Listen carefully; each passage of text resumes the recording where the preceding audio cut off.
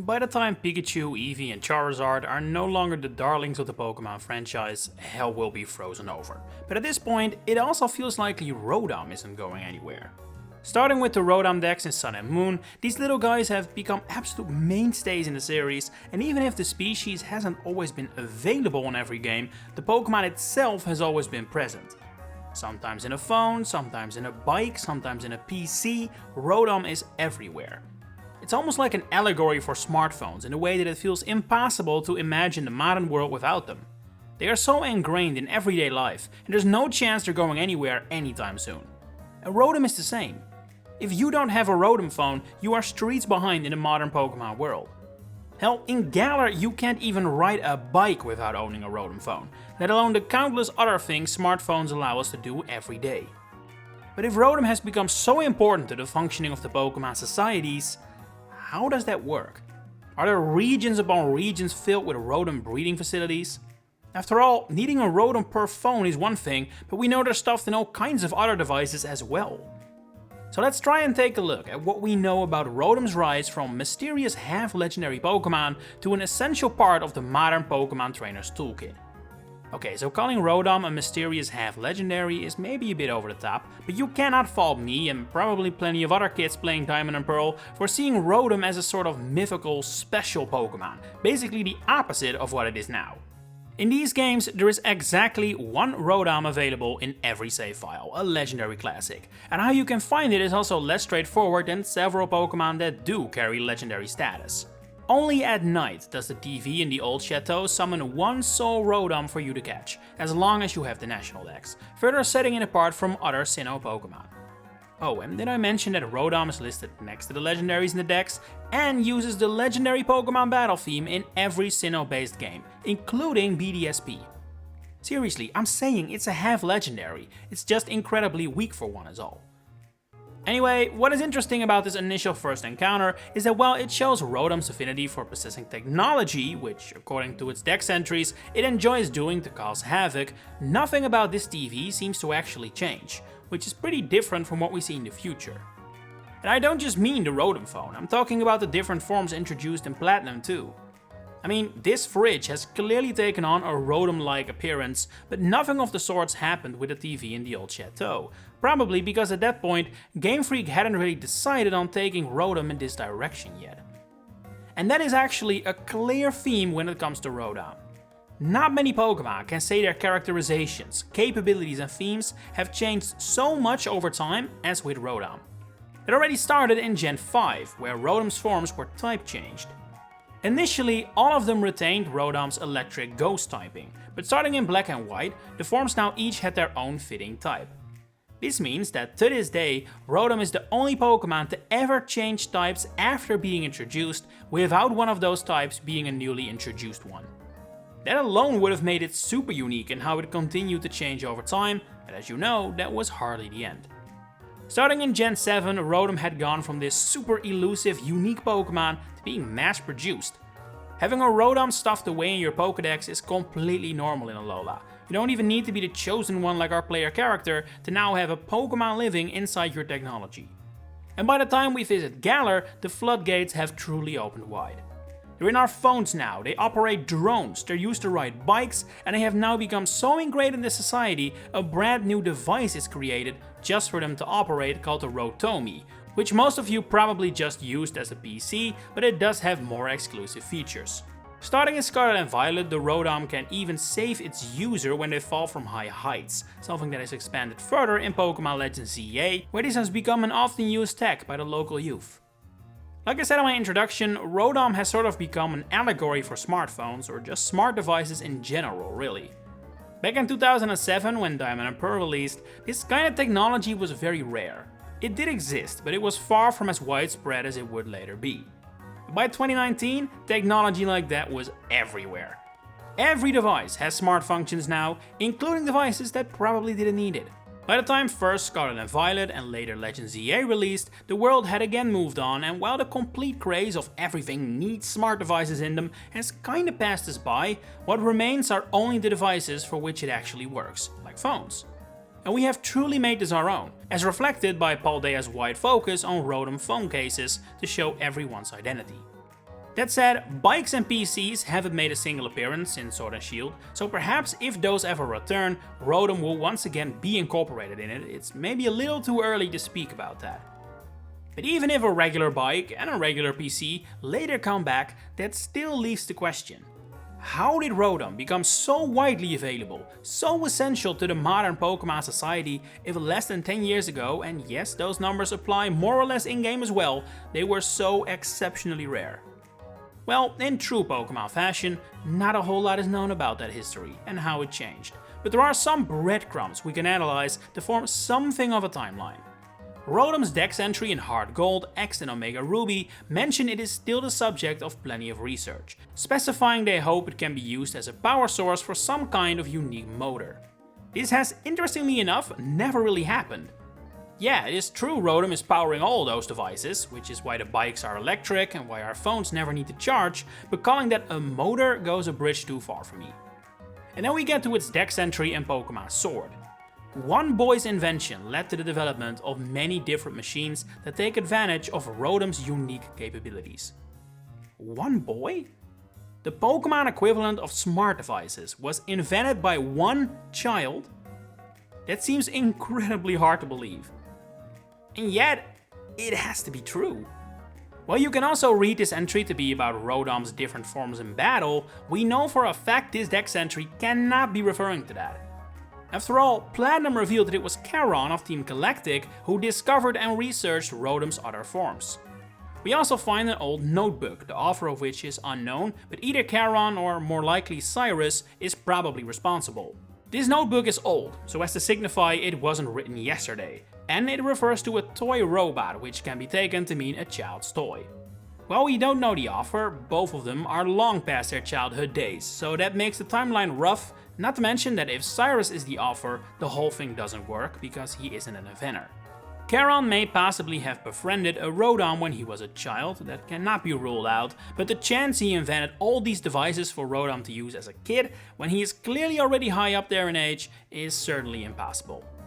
So that also means this Dex entry has to be referring to the long list of Rotom devices seen in Galar and not the pre-existing battle forms, as it can also be read. So yeah, the Pokémon World's version of Steve Jobs or Wozniak or whoever you want to credit with inventing and popularizing the smartphone, it is a mystery boy inventor. I did briefly look into the possibility whether this could be Sophocles from Alola, as he literally is a boy inventor specializing in electric types, but seeing as the Rotom Dex already exists here and yet he is never once credited as the inventor of it, it seems unlikely he is the device's inventor.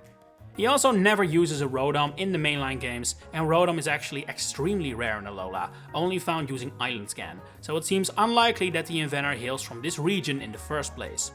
So our quest for the true inventor may have struck a dead end, but hey, we don't need our Steve Jobs or Wozniak to look further into this.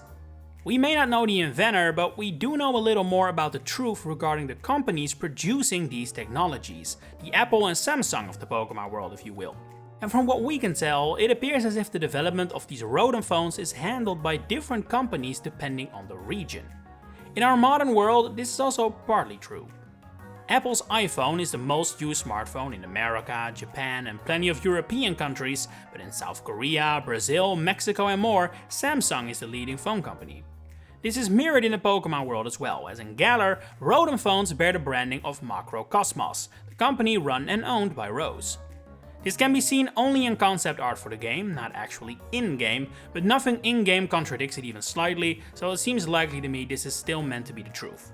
But then in Paldea, we find out Nemona's parents are loaded, and a big part of the reason why they are so rich is because Nemona's father is on the board of the Rotom Phone Company, which is presumably the company producing the phones in Paldea, and judging by the name, other regions as well. I mean, with a name like that, you would think they are the inventors of the device, so perhaps Nemona knows who that mysterious boy inventor is. We don't know who is behind the Rotom phones as seen in Legends ZA, but it seems likely the answer is the Rotom Phone Company, seeing as Paldea is right next door. Not to mention that while a lot of things in Kalos are the product of Lysander's work, the Rotom phone wasn't introduced until he was presumed dead and dishonored, so he probably has nothing to do with it directly. That's one villainous character ruled out, but we still have Rose in the picture as a possible, if not likely, producer of Rotom-capable devices. We know Macrocosmos is a huge and powerful company that has ties to the electronic and technological industry, with subsidiaries focusing exactly on these kinds of products. And seeing as Galar is the region with by far the most Rotom integration, it does feel likely Macrocosmos is heavily involved, especially since a poster in Modestoke shows the Macrocosmos logo on an ad for Rotom bikes as well. Honey at one point in the Isle of Armor DLC orders a Rotomi for the Master Dojo, so those can be bought from somewhere directly, but we unfortunately don't know where. It is worth pointing out though that this Rotomi doesn't work until you use watts on it, suggesting that perhaps the device itself isn't so expensive, but instead charges customers for usage, kinda like the way printers work in real life. Printers are usually sold below their expected value, with the idea being that the money is in the cartridges, not the printer itself. Does feel like something a sly businessman like Rose would do. And that also definitely goes for Rotom breeding farms, although it should be pointed out that in Galar and Paldea, both regions with established Rotom foam producers, Rotom can be found in the wild in much higher numbers than in Sinnoh. Probably not enough to sustain the ridiculous number of users that now rely on it, but its days of being a one-off were always over at this point, regardless of whether it was meant to be incorporated in new tech or not. And we get to a very interesting final little clue about the truth regarding Rotom production and its place in the Pokémon world. It feels completely unthinkable that there are people living in a modern society without smartphones. And well, I will admit, they are exceptionally rare. Even countries that don't have the best economies and the wealthiest residents still have high numbers of smartphones in them. It does exist. And it appears as if the same thing might also be true in the Pokémon world. In Legend ZA's DLC, Mega Dimension, there is a new side quest added that shows, let's call them salespeople of sorts, shuffle through all of Rotom's appliances as you battle them one by one. And the saleswoman of this quirky duo says something interesting. Not only does she confirm the presence of Rotom drones and bikes being something unique to Galar, further suggesting Macrocosmos is behind that, she also says that having a Rotom phone is valuable. And it isn't just a sales pitch. She explains that because Rotom aren't infinite, not everyone can have one, as there are not enough Rotom in the world for that. It's an interesting choice of words to say the least.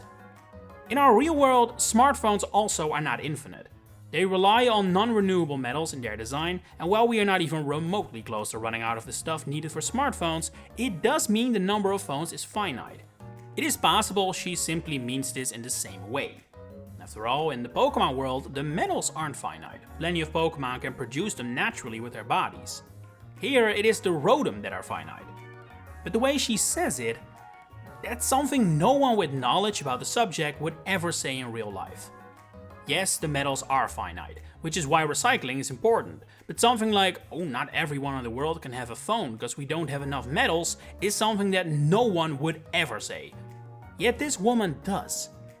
And so, it seems likely that this is actually a serious strain on the widespread usage of Rotom dexes and Rotom phones.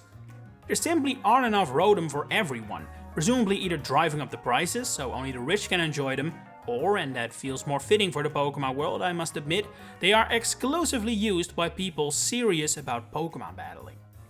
The way they are presented in the world makes the Rotom phone feel essential, but is it really? Does someone who just goes to his office job every day and doesn't even own a Pokémon need a Rotom phone? Well, the answer is probably no. Per the device its own description, the Rotom phone is a phone enhanced by a Rotom. You don't need the Rotom for it to work. And so, it seems likely that the basic functions of a phone, making pictures, calls, sending text, maybe a map, are already in the device.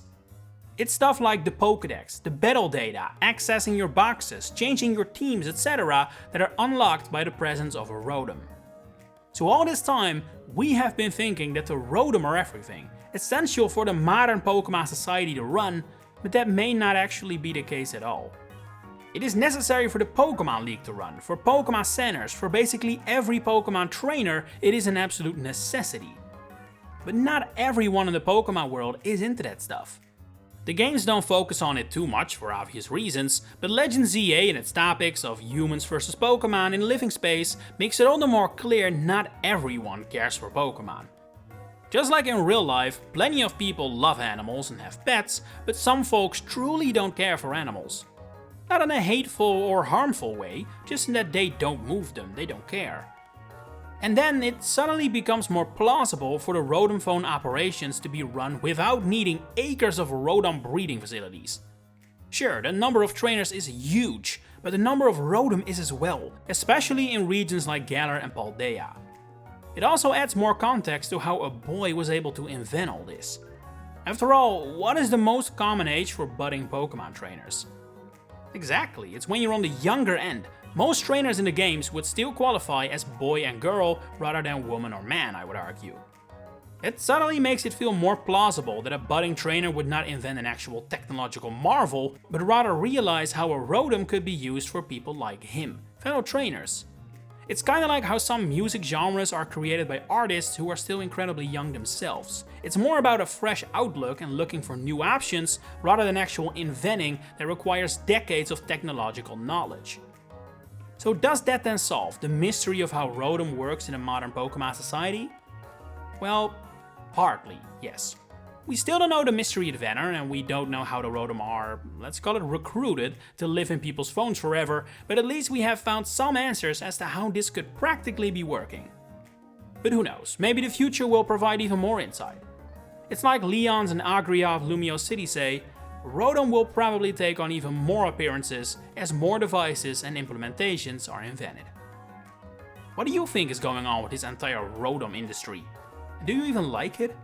Share it in the comments below. If you enjoyed this video, please consider giving it a like and subscribe to the channel to stay updated on all my future Pokemon content coming up. For now, thanks for watching and enjoy the rest of your day.